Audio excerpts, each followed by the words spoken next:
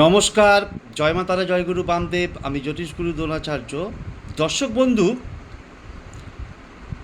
বর্তমান সময়ে মীন রাশিতে একই সঙ্গে রবি, শুক্র, বুধ, রাহু এবং শনি একসঙ্গে বসে আছে। প্রত্যেকটা গ্রহই তাদের সময়ে সময়ে বিভিন্ন রাশি পরিবর্তন করে থাকে। তাই গোচরে এই রাশি পরিবর্তনের ফলে বেশ কিছু শুভ রাজযোগের সৃষ্টি হয়।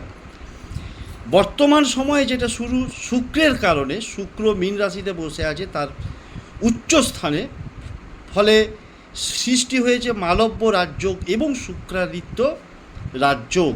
শুক্র যুক্ত আদিত্য, অর্থাৎ রবি এবং শুক্র একসঙ্গে বসে আছে। এই তিন রাশির জীবনে আর্থিক দিক দিয়ে বিপুল পরিমাণে উন্নতির যোগ পরিলক্ষিত হয়। পকেট সবসময় টাকায় ভর্তি থাকবে, কর্মে পদোন্নতি হবে, নতুন চাকরি প্রাপ্তির সম্ভাবনা আছে। কাজের ক্ষেত্রে ঊর্ধ্বতন কর্তৃপক্ষের সঙ্গে যথেষ্ট ভালো সম্পর্ক থাকবে, সুসম্পর্ক থাকবে এবং প্রমোশন হবে। এবং আর্থিক দিকটা বিশেষ করে প্রচণ্ডভাবে স্ট্রং হবে এই তিন রাশির। সেই তিনটে রাশি হলো বৃষ রাশি, মিথুন রাশি এবং মীন রাশি।